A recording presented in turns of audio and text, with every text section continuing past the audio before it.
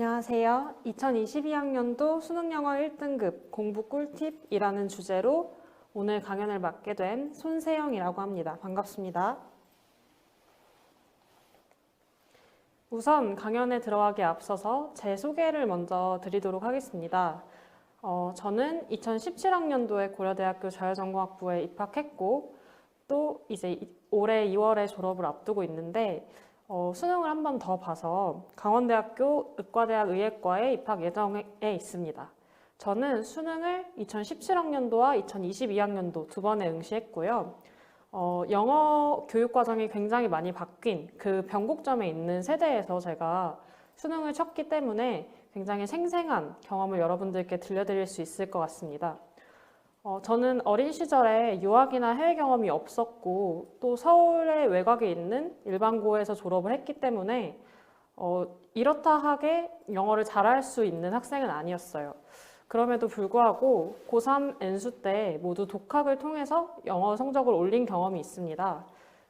그렇기 때문에 제 경험을 바탕으로 여러분들께 다양한 내용을 전달해 드리고 싶습니다. 우선 목차를 함께 보시겠는데요. 제 강의 역시 세 파트로 나누어져 있어요. 수능 영어 과목에 대해서 짤막하게 소개를 먼저 드리고요. 그리고 여러분들이 기다리고 계시는 수능 영어 공부법에 대해서 단어, 문법, 독해 파트로 나누어서 자세하게 설명드리도록 하겠습니다. 그리고 이제 마지막으로 여러분들이 어떻게 공부를 하면 좋을지 이것 역시 제 경험을 바탕으로 말씀드리도록 하겠습니다. 네, 우선 수능 영어 과목에 대해서 소개하도록 해볼게요. 우리가 수능 영어를 왜 공부해야 할까라는 원론적인 질문에 대한 답변을 드리고 싶은데요. 한마디로 답변 드리면 수능에서 영어만한 꿀 과목이 없다라고 말씀을 드리고 싶어요. 이렇게 말씀드리는 이유에 대해서 제가 짤막하게 설명드리도록 하겠습니다. 수능 교육 과정이 어떻게 바뀌었는지 여러분들이 보시면 좋을 것 같아요. 2017학년도, 그러니까 제가 처음 시험 봤던 때까지는 영어가 상대평가 시절이었어요. 그래서 1등급이 4%만 주어졌었는데 사실 생각해보면 해외 유학 갔다 온 친구들이나 특목고 외고 친구들 모두 합치면 전국에 4% 정도는 나오잖아요. 그렇기 때문에 사실 영어 과목에서 1등급을 따기가 상대적으로 쉽지 않았던 시절이었어요. 그런데 2018학년도부터 절대평가가 도입이 되면서 1등급 비율이 해에 따라서 난이도에 따라서 다르기는 하지만 다른 모든 과목, 그러니까 1등급을 4%만 주는 과목들에 비하면 그리고 과거에 비하면 1등급을 따기가 훨씬 쉬워졌어요. 그래서 제가 꿀 과목이라고 말씀을 드리는 건데요. 수시를 준비하는 친구들은 학교에서 최저 과목을 맞춰오라고 해요. 예를 들면 저는 이번에 의대에 가기 위해서 3합 5, 국영수 3합 5를 맞춰야 했는데 그 1등급을 국어에서 받든 영어에서 받든 동등하게 취급을 해줘요. 그런데 사실 국어 같은 경우에는 4%만 1등급을 주지만 영어는 많을 때는 10%까지 1등급을 받을 수 있으니까 해자 과목이다 라고 말씀드릴 수 있겠죠. 그리고 정시를 준비하는 친구들 마찬가지로 2등급 밑으로는 서울상위권대학 진학이 굉장히 어렵습니다. 그리고 만약에 연세대 같은 학교를 들어가고 싶다라고 하면 무조건 1등급을 받아서 써야지만 원서를 합격할 수 있는 상황이에요, 현재. 자, 또 하나의 중요한 변화는 2022학년도부터 여러분들께 적용된 간접 연계로의 변화예요. 제가 이 점을 왜 말씀드리냐면 여태까지 공부했던 것과 굉장히 다른 공부 방법으로 영어에 초점을 맞춰야 하기 때문이에요. 간략하게 설명을 드릴게요. 2021학년도까지는 수능 연계교재, 수능 특강과 수능 완성이 나오는데 여기에 수록된 지문들이 그대로 출제가 됐어요. 그게 무슨 말이냐. 독해 28문제 중에 준킬러 혹은 킬러에 해당하는 7문제를 학생들은 이미 모두 어디선가 본 지문이에요. 그리고 그 지문이 전혀 변화 없이 나오기 때문에 저 같은 경우에는 이제 공부를 많이 하고 들어가니까 듣기를 푸는 와중에 뭐 5초 만에 보고 찍고 이렇게 넘어갈 수 있는 문제들이 7문제나 됐다는 거죠. 그렇기 때문에 고3 학생들을 대상으로 하는 학습법 조언이라던가 그런 거를 많이 보셨으면 연계교재를 꼼꼼히 외우라는 말이 정말 많았어요. 저도 이제 작년 수능을 준비할 때 2021학년도 학생들이 어떻게 공부했는지 수기 같은 거를 많이 찾아서 읽어봤는데 그 수기들에서 자신은 1등급을 받았는데 수능 한 달 전부터는 수능 특강, 수능 완성만 봤다라는 친구들도 굉장히 많았습니다. 정말 학생들로서는 되게 좋은 상황이었죠. 왜냐하면 아는 문제가 나오니까 자신감도 붙고 시간도 줄일 수 있으니까요. 하지만 이제부터 간접 연계가 진행되는데요. 이 부분은 지금 고등학교 1, 2, 3학년 여러분들께 해당되는 부분이니까 잘 들어주셨으면 좋겠어요. 간접적으로 수능이 연계됩니다. 이게 무슨 말이냐면 주제, 제재, 단어들만 연계돼서 출제가 되는 거예요. 예전과 마찬가지로 연계가 되기는 하는데 똑같은 지문이 나오질 않아요. 실제로 제가 이번에 수능장에서 느꼈을 때 이게 연계가 됐구나 라고 느끼는 지문이 정말 단 하나도 없었어요. 그렇기 때문에 독해 28문제가 모두 모르는 지문이라고 봐도 무방한데 그럼에도 불구하고 시간은 이전 선배들과 마찬가지로 70분 안에 모든 문제를 풀어내야 돼요.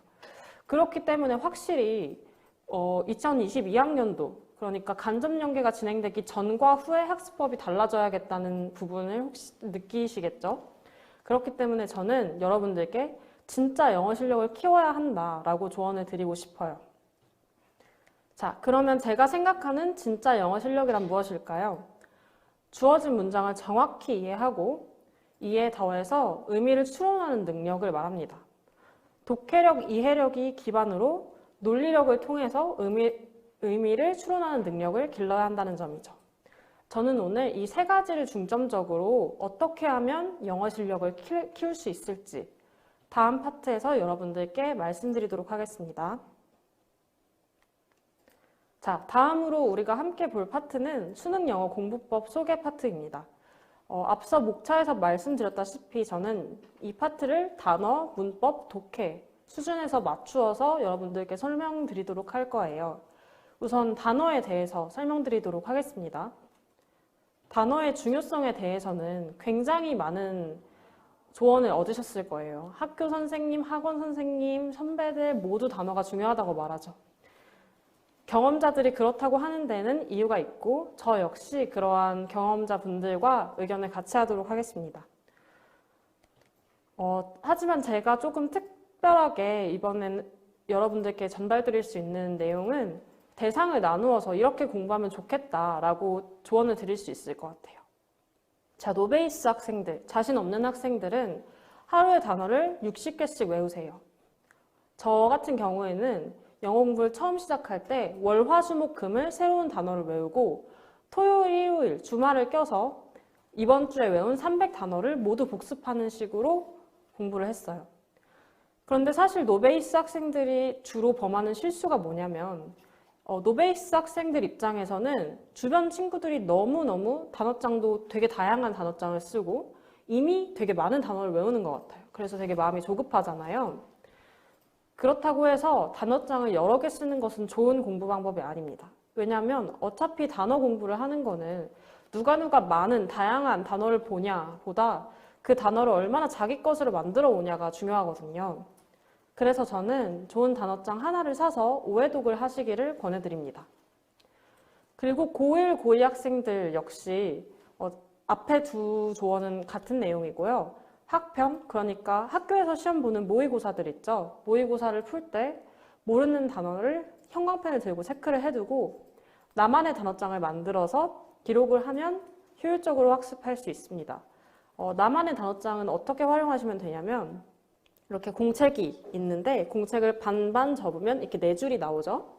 그러면 한 줄에는 영어, 한 줄에는 한글 뜻, 한 줄에는 영어, 한 줄에는 한글 뜻 이렇게 해서 내가 모르는 단어들만 쭉 모아둔 단어장을 스스로 만드는 거예요. 그렇게 하면 아는 단어는 패스하고 모르는 단어들만 계속적으로 볼 수 있기 때문에 효율적인 단어 공부가 가능하다는 점을 말씀드리고 싶습니다. 자, 고3 학생들에게 단어 공부 굉장히 중요한데 또 많은 시간을 할애할 수는 없어요. 왜냐하면 고3 학생들은 학교도 다녀야 되기 때문에 정말 많아야 하루에 평일 기준으로 6시간 정도 공부할 수 있는데 다른 과목도 공부해야 하는데 영어 단어만 30분 이상 외우고 있는 거는 사실 효율적인 공부 방법이 아니죠. 그래서 저는 고3 여러분들께 틈틈이 단어를 외워야 한다고 말씀드리고 싶어요. 저는 고3 연수 시절에 항상 하루에 단어를 100개씩 봤는데 근데 이 100개가 모르는 단어 100개가 아니라 그냥 단어장을 들고 아는 단어라도 100개씩 보는 거예요. 근데 여기서 중요한 건 100개가 아니라 틈틈이 보는 게 굉장히 중요해요. 틈틈이는 뭐냐면 우리가 일상생활에서 굉장히 이렇게 멍을 때릴 수 있는 기회가 많아요. 예를 들면 엘리베이터를 기다릴 때나 아니면 점심 나오기 전에 기다릴 때, 버스를 기다릴 때 이럴 때 굉장히 틈새 시장이 많잖아요.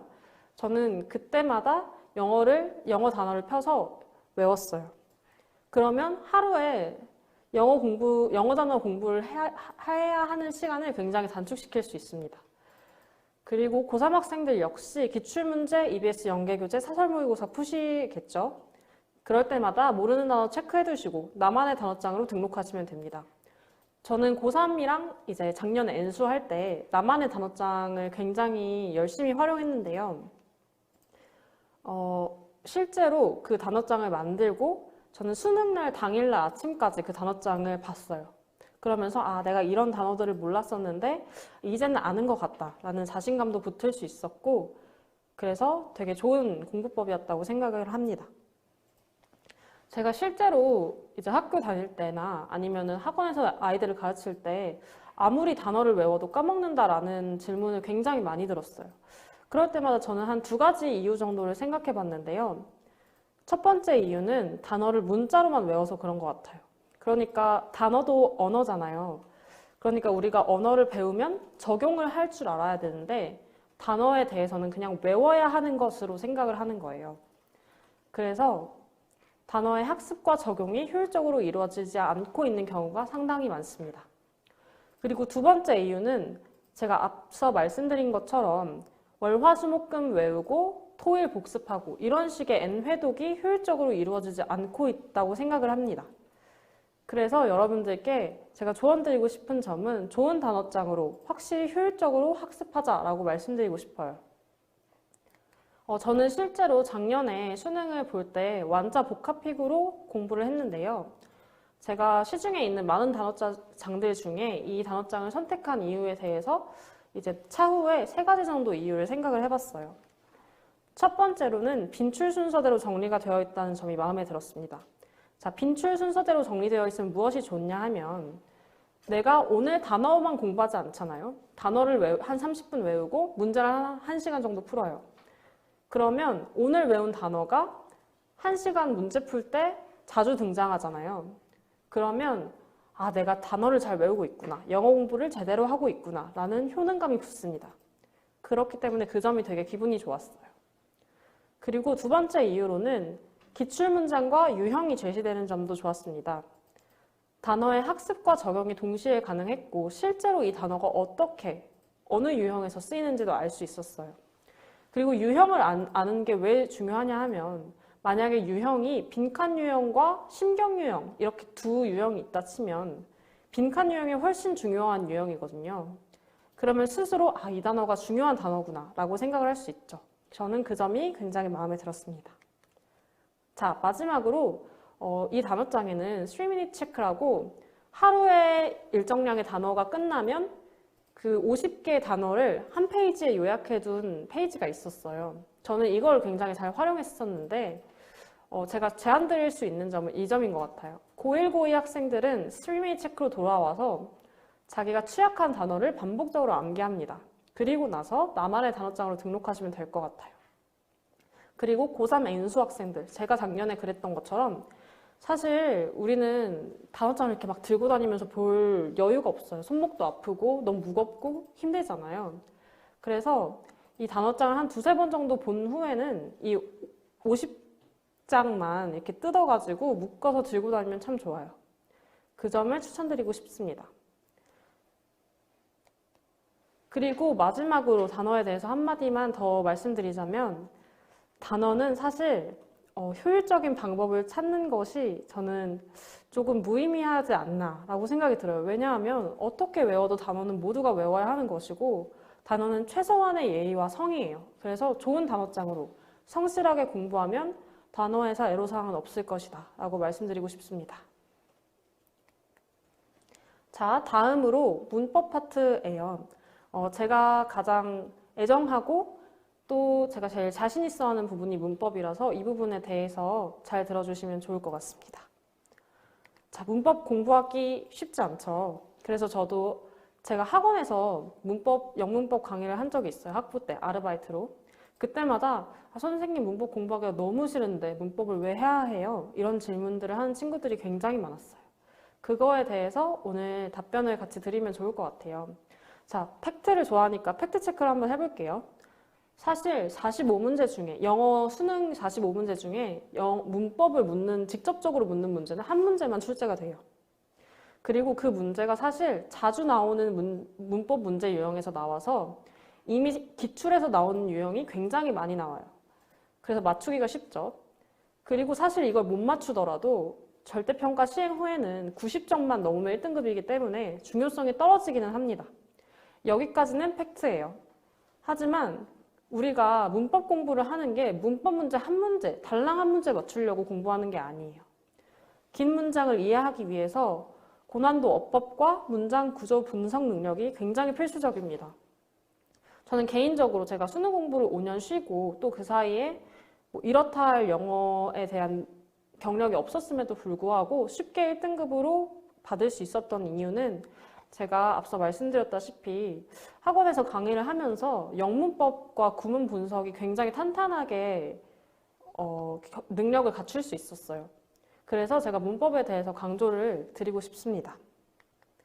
자, 그러면 문법을 어느 수준까지 해야 하냐라고 질문이 들어올 수 있을 것 같아요. 그리고 문법이 실제로 어떻게 활용되는지 궁금할 것 같아요. 그래서 제가 예시 문장을 하나 가져와 봤는데요. 이번에 2022학년도 수능 문제고 오답이 제기 문항이고 오답률 72%로 전체 오답률 2위가 있었던 문제예요. 사실 우리가 오지선다니까 찍어도 정답률이 20%는 나오는데 이 문제는 28%가 정답률이니까 굉장히 어려웠던 문제라고 할 수 있겠죠. 이 문제에 대한 해설은 제가 뒤에서 한번 할 거기 때문에 이 문장을 딱 보자마자 O형식 수동태 문장이다 라고 딱 떠올라야지 문법과 문장 구조 파악이 완전히 맞춰진 것이다 라고 저는 말씀드릴 수 있을 것 같아요. 그러니까 이 정도 수준으로 해 놓아야 문법이 되어 있다 라고 말씀드리기 위해서 가져온 문장입니다. 이 자세한 해설은 뒤에서 한번 할게요. 그러면 제가 생각하는 문법 공부에 대해서 소개해 드리려고 하는데 저는 문법 공부는 양대산맥으로 이루어져 있다고 생각을 해요. 하나는 문법 요소를 아는 거고 두 번째는 구문 분석을 할 줄 아는 거예요. 이거는 제가 어디 학원이나 학교에서 들은 얘기가 아니라 제가 스스로 수능 공부를 여러 번 하면서 제가 차후에 느낀 점입니다. 자, 문법 요소를 안다는 건 뭐냐? 수동태, 가정법, 관계대명사, 관계부사 이런 것들 있죠. 학원에서 배우는 것들. 그런 것들을 아는 것이고 구문 분석을 하는 것은 문장에서 주어, 동사, 목적어, 부사를 구분하는 것입니다. 자, 그러면 역시 문법 요소를 아는 것과 구문 분석을 하는 것 두 파트로 나누어서 제가 설명을 드릴게요. 첫 번째로 문법 요소를 어떻게 공부하면 좋을까? 이 질문에 대해서 답변을 드리도록 하겠습니다. 자, 고1, 고2 학생들은 문법만이라도 완벽하게 하겠다라는 생각으로 문법을 탄탄하게 정리하시기를 저는 간곡하게 요청드립니다. 자, 어느 수준까지 해야 하냐라고 물을 때가 굉장히 많아요. 사실 문법책이 워낙 다양해서 정말 세세하게 내신 수준까지 가르쳐주는 문법책도 있고 아니면 정말 간결해서 있어야 하는 내용이 없는 책들도 있어요. 그런데 제가 추천드리는 공부 수준은 카테고리별로 도식화해서 기억하면 굉장히 좋다라고 말씀드리고 싶어요. 예를 들어서 누가 저한테 투부정사가 뭐예요? 라고 물어보면 그 투부정사의 정의보다는 명사적 용법, 형용사적 용법, 부사적 용법으로 쓰인다. 이런 식으로 카테고리화해서 기억을 하고 있어요, 저는. 이렇게 기억하고 있으면 독해에 어떻게 적용할 수 있는지 말씀드릴게요. 자, 이것도 대학 수학능력시험 23번 문제인데 한번 문장을 한번 같이 읽어볼게요. One law of a paradigm is 패러다임의 하나의 역할은 그 다음에 비동사니까 뒤에 나오는 투부정사는 당연히 주격 보어 자리죠. 그래서 명사적 용법, 뭐뭐 하는 것으로 해석해야 하는 거예요. 이런 식으로 문법을 알고 있으면 해석할 때 이것을 어떻게 해석해야 하는지 훨씬 더 자연스럽게 해석할 수가 있어요. 그래서 enable scientists to work, 요거를 scientist들을 일할 수 있게 하는 것으로 해석할 수 있다는 거죠. 이런 식으로 적용이 가능하기 때문에 문법을 탄탄하게 해두면 문장 해석도 말끔하게 할 수 있다라고 말씀드리고 싶어요. 자, 고3 학생들 이제 방학이 한 달 정도 남았죠. 남은 한 달을 마지막 문법 정리 시간이라고 생각하시고 몰두하시면 좋겠습니다. 이 7가지는 어디서 가져온 게 아니라 그냥 제가 스스로 생각하기에 수능 보려면 이 정도는 알아야 되지 않을까? 라고 이렇게 브레인스토밍을 해서 혼자서 써봤는데요. 이 7가지를 보시고 내가 앞에서 제가 투부정사 설명한 것처럼 이렇게 카테고리별로 설명할 수 있겠다라고 생각이 들면 괜찮으신 거고요. 그게 불가하시면 제가 제시해드린 7가지 그리고 좋은 거는 더 많은 문법 요소들에 대해서 한 달 안에 정리를 끝내시고 수능 공부에 들어가시는 거를 추천드려요. 자, 모의고사 기출문제 사설 모의고사 이제 3월 이후에 많이 푸실 거잖아요. 푸시면서 모르시는 문법 요소가 나올 때마다 그걸 정리하고 복습하셨으면 좋겠어요.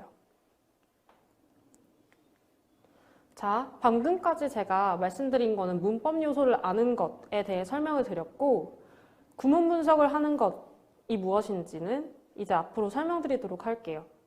자, 구문 분석이란 무엇이냐? 앞에 1부에서 굉장히 자세하게 설명을 해주셨는데 저는 제가 실전에서 썼던 구문 분석 방법을 3가지, 4가지 정도로 설명드리도록 할게요.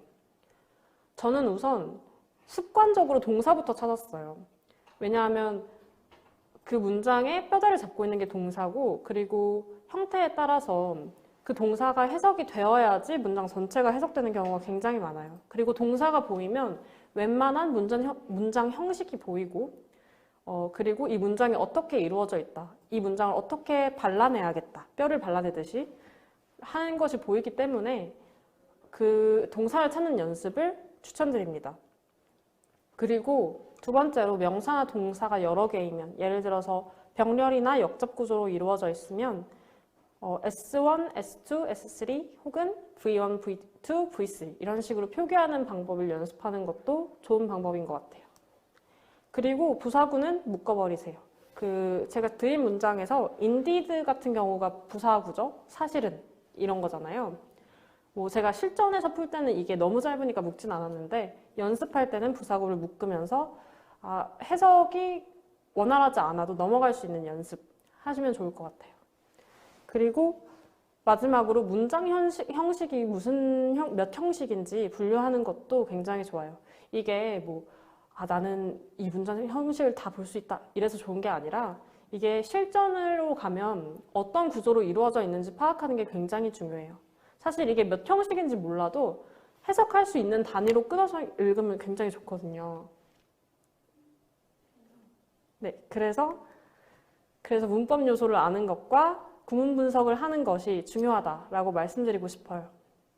그런데 사실 이것을 학생이 혼자서 저도 이제 공부할 때 안 게 아니라 수능 시험을 다 치고 나니까 이런 게 중요했던 것 같다라고 말씀드리는 거잖아요. 그래서 학생의 입장에서 혼자서는 힘들 수도 있을 것 같아요. 그리고 어디까지가 필요한 문법이고 어디까지가 필요한 구문 분석인지 혼자서 구분하기 힘들 수도 있을 것 같아요. 그래서 제가 책을 하나 추천드리려고 하는데 이 책에는 제가 말씀드린 문법 요소를 아는 것과 구문 분석을 하는 것 모두가 담겨 있어요. 그래서 이 책에 대해서 소개를 한번 해드리려고 합니다. 이 책의 장점은 구문 분석이 컬러화로 되어 있어서 굉장히 빠르게 구문 분석이 가능하다는 점이에요. 주어가 파란색, 동사가 빨간색, 부사구가 보라색 이렇게 이루어져 있어요. 그래서 딱 문장을 보자마자 여기가 동사구나. 제가 아까 동사부터 찾으라고 말씀드렸잖아요. 동사부터 찾는 연습이 가능하다라고 말씀드릴 수 있을 것 같아요. 그리고 또 거기에 더불어서 제가 문법 요소를 아는 것도 중요하다라고 말씀을 드렸는데 문법 요소도 이 책에서 기본적인 문법 요소는 다 담고 있어요. 예를 들어서 여기서 갖고 온 예시는 수동태 예시를 갖고 왔는데 제가 앞서서 꼭 필요하다는 문법 요소들이 모두 담겨 있으니까 이미 문법 정리를 한번 끝낸 친구들 혹은 고3 들어가기 전에 친구들이 이 책을 통해서 문법 요소와 구문 분석을 한번 정리하면 좋을 것 같다고 저는 생각이 듭니다. 자, 제가 아까 앞에서 보여드린 그 34번 문제, 어려운 문제 그 문장인데요. 제가 실전에서 푼 게 오른쪽 사진이에요. 그런데 만약에 이 문장을 제가 블록 구문 책에서 연습했다면 이렇게 연습을 했겠죠. 그러면 이렇게 연습한 걸 가지고 실전에서 유사하게 풀어낼 수 있었다라고 조언을 드리고 싶습니다. 자, 제가 준비한 문법 내용은 여기까지인데요.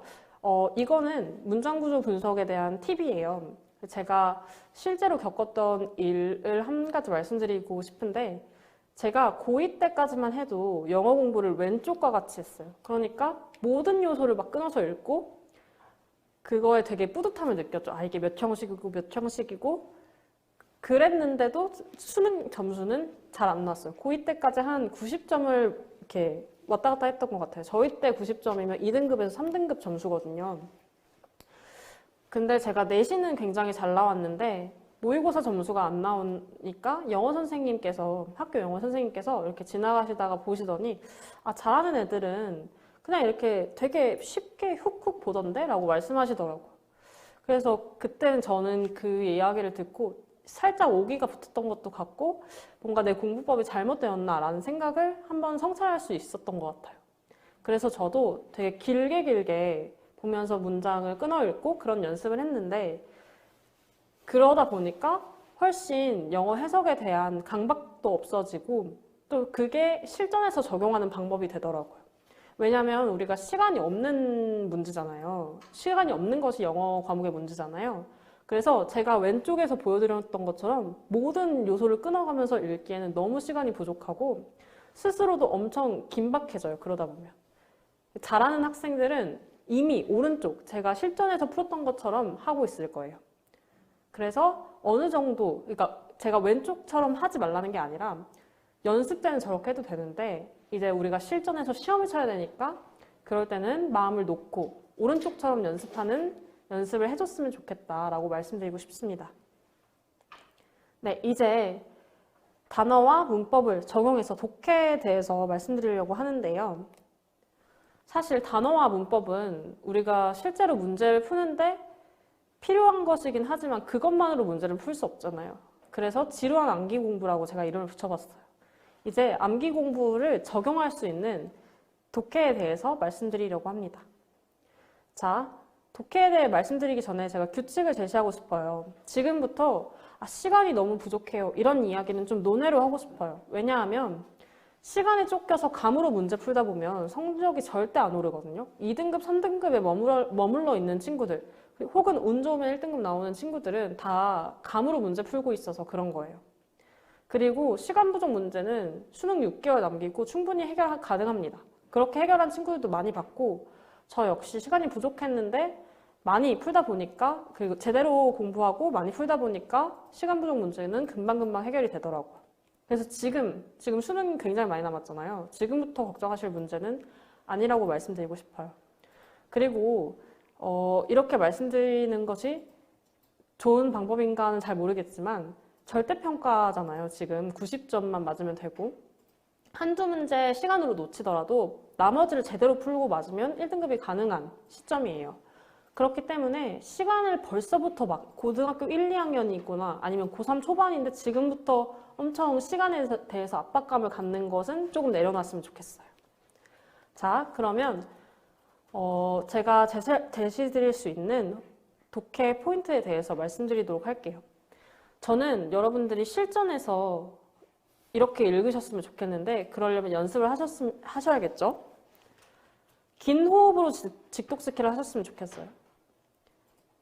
이게 무슨 말인지 모르실 것 같아서 저 예시를 갖고 왔는데 Environmental hazard include biological, physical, and chemical ones 까지 읽었을 때 저는 환경적 오염은 포함한다. 생체, 물리, 화학적인 것을 이렇게 끊어 읽지 않고 include biological, physical, and chemical ones를 한 번에 이해하려고 해요. 이게 이게 되나? 라고 생각하실 수도 있는데 그렇게 되시게 연습을 해야 한다라고 말씀을 드리고 싶어요. 한 줄 정도의 긴 호흡을 읽고 우리가 단어 단위로 끊어 읽으려고 하시지 마시고 include가 타동사니까 그러니까 목적어가 있는 동사니까 뒤에 목적어가 따라오는 건 굉장히 자연스러운 현상이잖아요. 그래서 include 뒤에 뭐가 오겠지 이렇게 예상하면서 읽는 것을 자연스럽게 이해할 수 있도록 추천드리고 싶어요. 그리고 읽고 이해가 되면 넘어가는 거예요. 안 되면 한 호흡을 한 번 더 읽어보고. 자, 그리고 제가 이거는 엔수하면서 되게 중요하다라고 생각이 들었던 포인트인데요. 첫 문장에서 기세를 잡는 게 정말 중요한 것 같아요. 이 말은 첫 문장만 읽고 답을 찾자는 얘기도 아니고 첫 문장이 주제문이라는 얘기도 아니에요. 저는 웬만하면 여러분들이 모든 문장을 읽는 영어 실력을 기르셨으면 좋겠어요. 왜냐하면 문장을 몇 개만 읽고 답을 찾아가는 거는 물론 굉장히 쉬운 유형에서는 적용이 될 수 있어요. 그런데 어려운 유형으로 갈수록 모든 문장을 읽었을 때 이해가 되는 게 있고 또 난이도가 엄청 뛰어버리면 그렇게 스킬로 문제 풀다가 되게 점수에서 타격을 많이 받는 경우가 있거든요. 그래서 수능이 어떤 난이도로 나올지 모르기 때문에 여러분들은 70분 안에 모든 문장을 읽는 영어 실력을 갖추는 것을 목표로 하셨으면 좋겠습니다. 그리고 첫 문장이 주제문이 아니라고 말씀드릴 수 있는 이유는 중간에 역접으로 바뀔 수도 있고요. 다만 여기서 제가 말씀드리고 싶은 거는 첫 문장을 해석하는 기세가 굉장히 중요하다라고 말씀드리고 싶어요. 특히 추상적이고 학문적인 수능에서 나올 법한 어려운 킬러 문제의 경우에 더 그렇습니다. 자, 그리고 마지막 포인트로 도식화 연습을 좀 하셨으면 좋겠어요. 이거는 빈칸이나 장문 독해 같이 어려운 유형에서 해당하는 이야기입니다.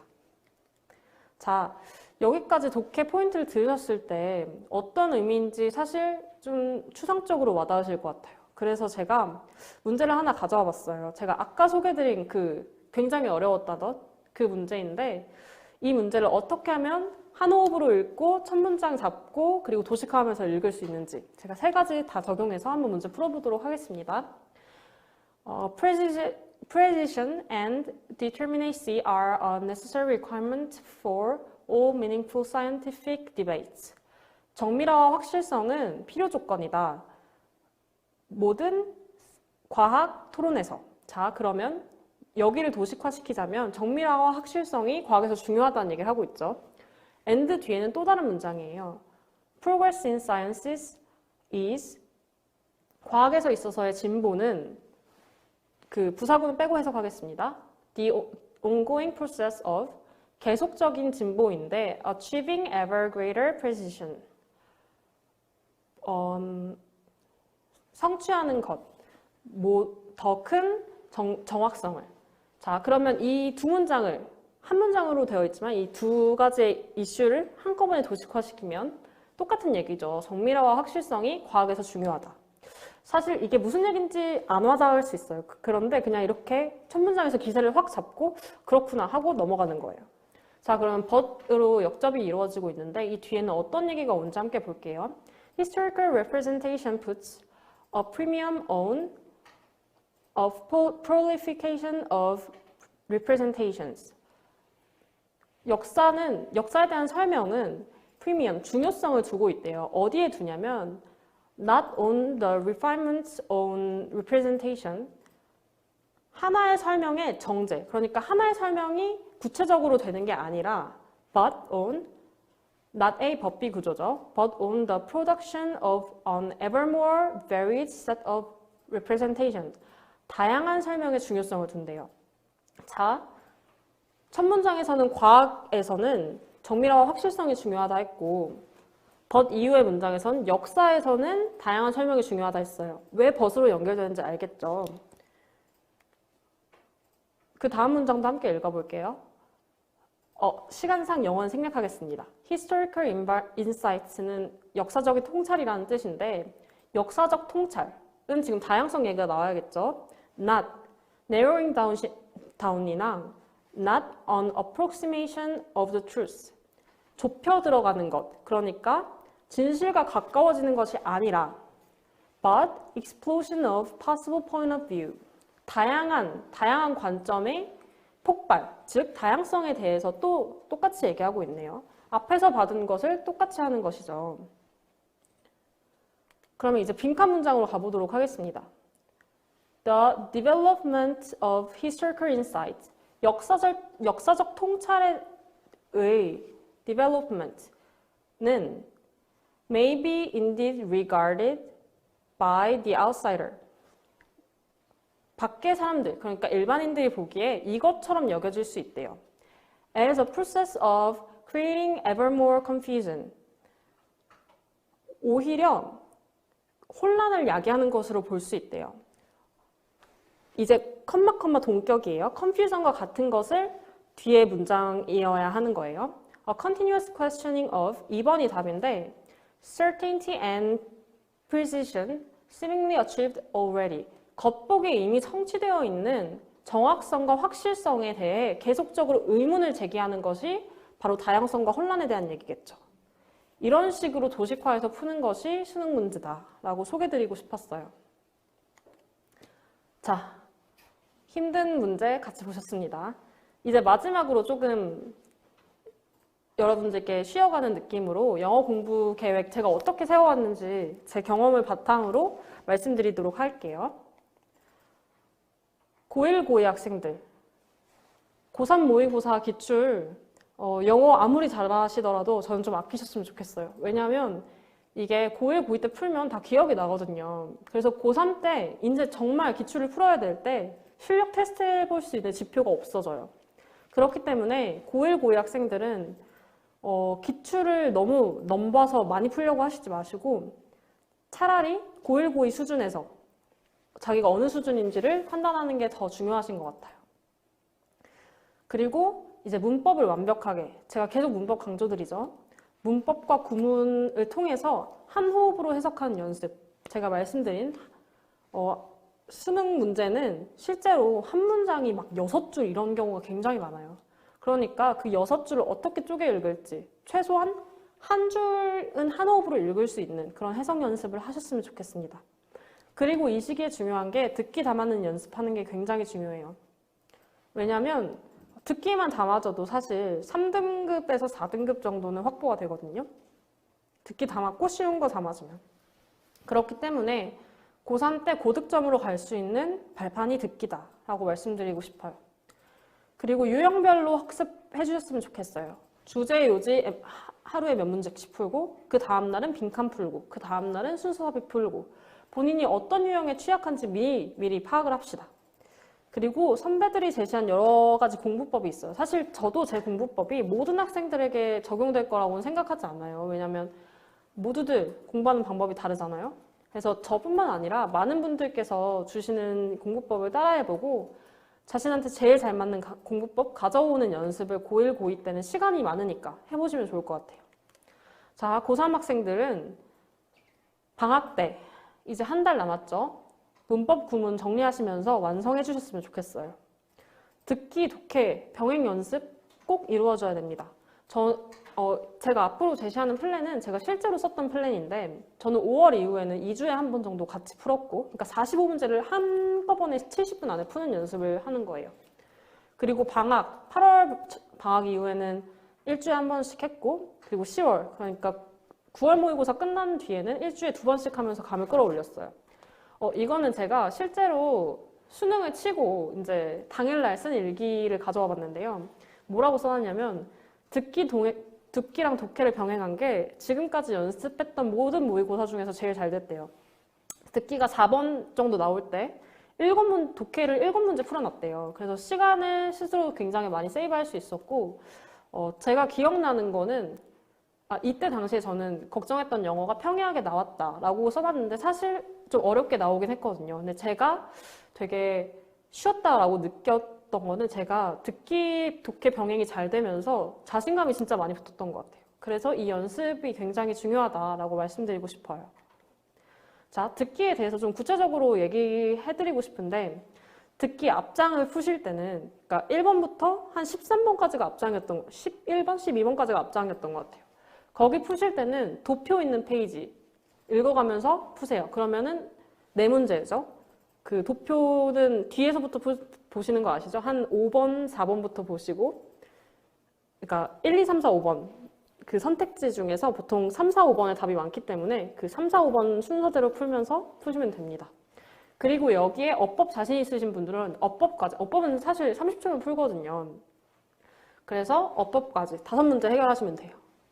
그리고 듣기 뒷장 푸시면서 이제 듣기 뒷장은 듣기 뒷장이랑 독해 18, 19번이 같은 페이지 안에 있어요. 그래서 뒤적뒤적 하지 않아도 되는 게 되게 좋죠. 시간 세이브하기가 좋아요. 그래서 듣기 뒷장으로 넘어가실 때는 18, 19번 푸시면 돼요. 글의 목적, 신경 변화. 되게 쉬운 유형들이죠. 그리고 20번도 간혹 푸시는 분들이 있는데 저는 20번 푸는 건 좀 비추천이에요. 왜냐면 20번이 정말 어렵게 나오면 되게 어렵게 나오거든요. 그래서 거기서 이제 말려버리면 듣기 뒤에 것도 못 들을 수 있기 때문에 이렇게 2문제만 푸시는 거를 추천드립니다.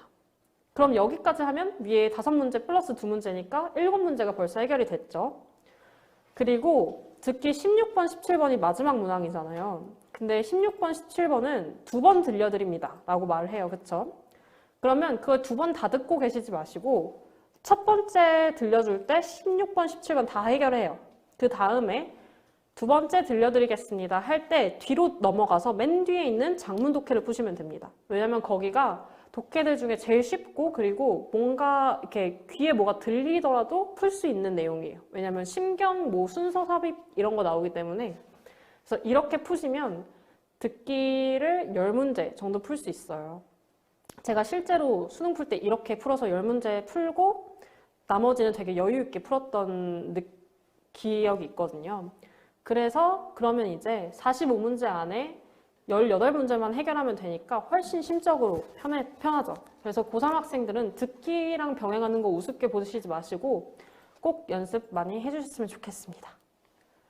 그리고 기출 유형별로 2번씩 도시고 여름부터 풀 문제가 없어서 저는 수능 특강 수능 완성을 풀었어요. 왜냐면 기출이 다 기억이 나거든요. 그래서 푸는데 의미가 없어요.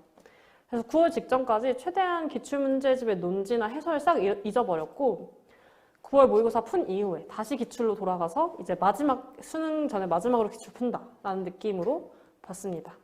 그리고 수능 직전에는 사설 모의고사로 감을 유지했습니다. 그리고 단어는 정말 꾸준히 하셔야 돼요. 나만의 단어점 아까 말씀드린 거 있죠? 그거 저는 수능 정말 직전까지 끌고 가면서 공부했거든요. 그래서 단어, 듣기, 문법 다 중요하다고 말씀드리고 싶습니다. 네, 제가 준비한 강연은 여기까지입니다. 감사합니다. 그리고 저도 사전 질문을 미리 5질문을 받았어요. 그리고 실시간 질문은 2개만 받도록 하겠습니다. 자, 5개 질문을 먼저 답변을 드리고 싶은데요. 영어 문법 언제 시작하고 독해와 어떻게 연결해서 보는 것이 효과적인가요? 독해와 어떻게 연결해서 공부하는 것이 효과적인지는 제가 강연 시간에 충분히 설명을 해드린 것 같고 저는 영어 문법을 중학교 2학년 때부터 시작을 했어요. 근데 사실 중학교 2학년 때는 영어 공부를 하기 싫어했어가지고 사실 그때 한 거는 별로 안 남아 있었던 것 같고 고1, 고2 때 매 방학마다 저는 단과 짧게 학원을 다니면서 한 2주, 3주 다니면서 그때 영어 문법을 싹 정리했던 게 정말 좋았던 것 같아요. 그래서 고1, 고2 때 탄탄하게 다지고 고3 올라가셔야 된다라고 말씀드리고 싶습니다. 영어 단어가 외우기 어렵대요. 영어 단어는 어떤 방식으로 외우셨나요? 저는 눈으로 외우다가 정말 안 되는 게 있으면 손으로 썼어요. 한 5번 쓰고 그래도 안 외워지면 포스트잇 있잖아요. 포스트잇에 컴사, 엄청 굵은 컴사로 이 단어 안 외워진다 하고 이렇게 책장에 붙여놨어요. 그럼 하루 종일 그 단어를 보게 되잖아요. 물론 그 단어가 너무 많으면 비효율적이겠죠? 그러니까 안 외워지는 하나, 2개 정도의 단어만. 그런 식으로 효율적으로 외웠고, 네, 아까 말씀드렸던 것처럼 단어는 just do it 이라고 말씀드리고 싶어요. 영어 듣기에서 한두 문제씩 틀린대요. 어떻게 하면 듣기 실력을 키울 수 있을까요? 영어 듣기는 사실 자신감이죠. 그렇게 한두 문제씩 계속 틀리니까 혼자 괜히 찜찜한 거예요. 그쵸? 만약에 이 질문을 주신 분이 고등학교 1학년이나 2학년이시라면 저는 제가 앞서 말씀드린 듣기 독해 병행이 있잖아요. 그러니까 듣기 풀면서 독해 푸는 사람. 그거 하지 마시라고 말씀드리고 싶어요. 그거는 듣기 다 맞는 사람들이 푸는 거고, 듣기를 다 안 맞는데 같이 하면 듣기에 안 그래도 자신감이 없는데 안 들려버리면 시험이 아예 망해버릴 수 있어요. 그래서 일단 듣기를 다 맞는 수준까지 오셔야 된다고 저는 생각을 해요. 사실 듣기가 그렇게 어려운 수준이 아니잖아요. 수능 듣기니까. 우리가 토익이나 이런 원어민 듣기가 아니잖아요. 그래서 오히려 내가 듣기 시간에 독해를 풀겠다라는 그 욕심을 버리시고 듣기만이라도 다 맞겠다라고 연습하시면 이제 자신감이 올라올 거고, 그 자신감과 함께 독해 시간을 줄이는 방법은 그때 가서 사용하셨으면 좋겠습니다. 자, 네 번째 질문. 영어 공부를 하면서 가장 힘들었던 점은 무엇인가요? 그리고 힘들었던 점을 극복하는 비결을 말씀해 주세요. 저는 제가 아까 말씀드렸던 게 가장 힘들었던 것 같아요. 제가 고등학교 2학년 때 모의고사가 90점에서 절대 안 오르더라고요. 근데 심지어 저는 공부를 되게 열심히 한다고 생각을 했고 단어도 되게 열심히 외운다고 생각을 했는데도 점수가 잘 안 오르는 거예요. 근데 그때 저한테 정말 지나가면서 이렇게 한마디 하셨던 그 선생님의 말씀이 너무 도움이 됐던 것 같아요.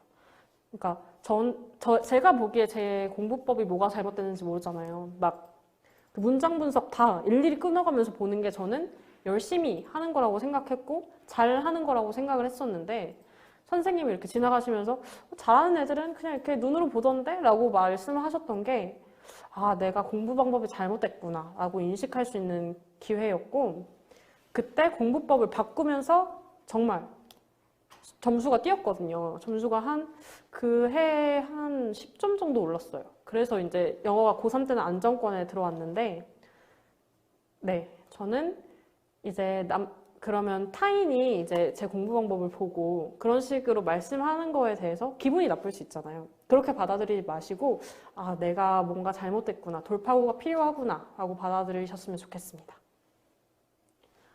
자, 마지막으로 사전 질문은 뭐였냐면, 초등학교 시절에 영어 공부를 어떻게 했는지 궁금하다라고 질문을 주셨어요.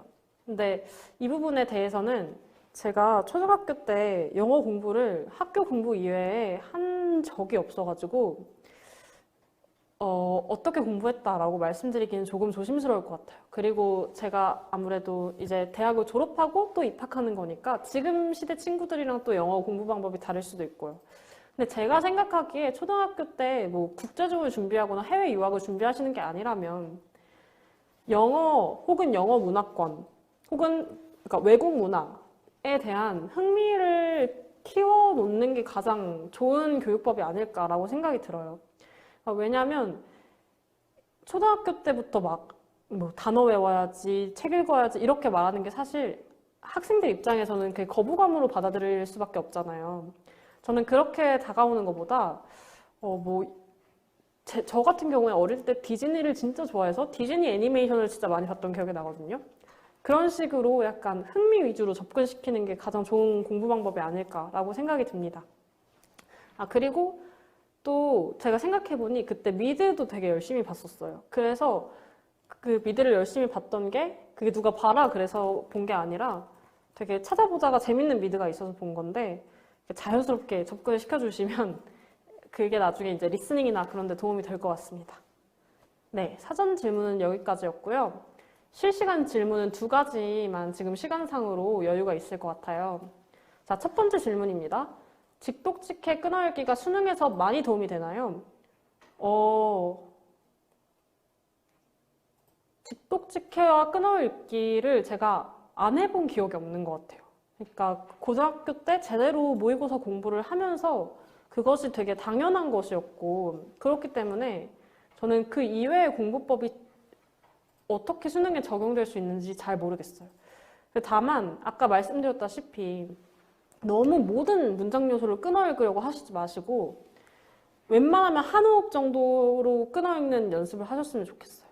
그거를 끊어읽기라고 할 수 있을지 잘 모르겠는데, 그러니까 우리가 한국어를 말할 때도 제가 계속 이렇게 쉬어서 말을 하잖아요. 그러니까 언어 자체가 읽을 때도 그렇고 말할 때도 그렇고 쉬어 읽는 게 훨씬 더 도움이 될 수밖에 없어요. 그러니까 아까 말씀드렸다시피 수능에서 한 문장은 막 6줄이래요. 그거를 사실 안 끊어 읽는다는 거는 그냥 이해를 포기하겠다는 말과 저는 동의어처럼 들립니다. 그래서 끊어 읽기가 필수적이다라고 말씀드릴 수 있을 것 같아요. 다만 그 끊어 읽기의 수준을 막 두세 단어씩 끊어 읽지 마시고 한 줄 혹은 뭐 접속사 단위 이런 식으로 잘 끊어 읽으셨으면 좋겠어요. 자, 두 번째, 틀린 문제 오답 정리는 어떻게 하면 좋을까요? 틀린 문제를 정리하기가 어렵대요. 틀린 문제는 저는 오답 노트를 썼어요. 너무 당연한 공부법이죠.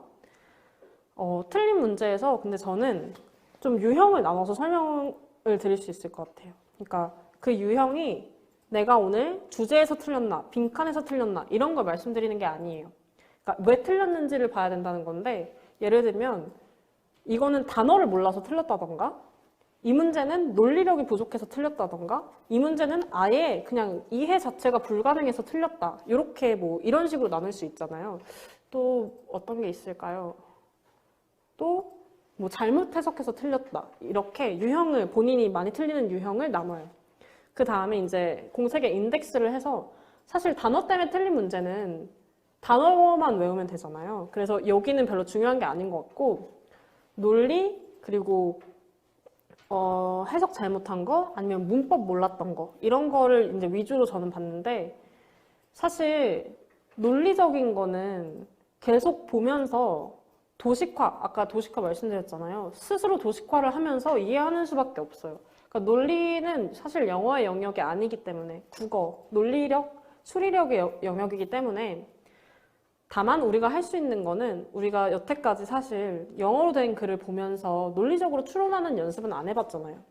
이제 우리가 수능을 위해서는 그게 필요한 거죠. 논리력 자체를 높이려면 그건 책을 읽어야 되는데 고3 학생들한테 책을 읽으세요라고 말하는 건 좋은 조언은 아닌 것 같아요. 그래서 그런 연습을 하셨으면 좋겠어요. 그리고 이제 뭐 문법 같은 경우에 문법은 정말 중요하다고 말씀드렸죠. 문법 왜 틀렸는지 분석하시고 그리고 뭐 예를 들어서 해석이 안 됐다. 그러면 사실 해석이 안 된 것도 이유가 진짜 많아요. 뭐 단어를 몰랐다. 아니면 문장 구조가 안 보였다. 즉 문법의 문제죠. 그러니까 저 같은 경우에는 해석이 안 될 때 단어 문제가 진짜 많았고 문법 몰랐던 경우도 굉장히 많았어요. 그래서 그 안 되는 한 문장 있잖아요. 한 문장을 저는 이렇게 하이라이트 쳐가지고 분석을 처음에 딱 해요. 그 다음에 해설지랑 비교를 해봅니다. 이게 맞나? 아니면 공책에 옮겨 적어놓고 또 다음번에 또 한 번 해봐요. 그랬을 때 맞게 돌아오면 이제 내게 된 거죠. 그쵸? 그런 식으로 저는 오답 정리를 했습니다. 그래서 문제 유형별로 하시지 마시고 그냥 내가 왜 틀렸는지 그 이유만을 중심적으로 유형 정리를 해주셨으면 좋겠습니다. 네, 그러면 이제 마무리할 시간이 된 것 같아요. 자, 오늘 메타버스에서 만나는 영어 꿀팁 강의 들어주셔서 정말 감사합니다. 되게 오랜 시간이었는데 지켜주셔서 감사하고요. 비상영어랜드도 많은 방문 부탁드리고 아까 말씀드린 것처럼 후기 이벤트도 있으니까 많은 참여 부탁드립니다. 네, 지금까지 저는 2부 담당한 손세영이었습니다. 감사합니다.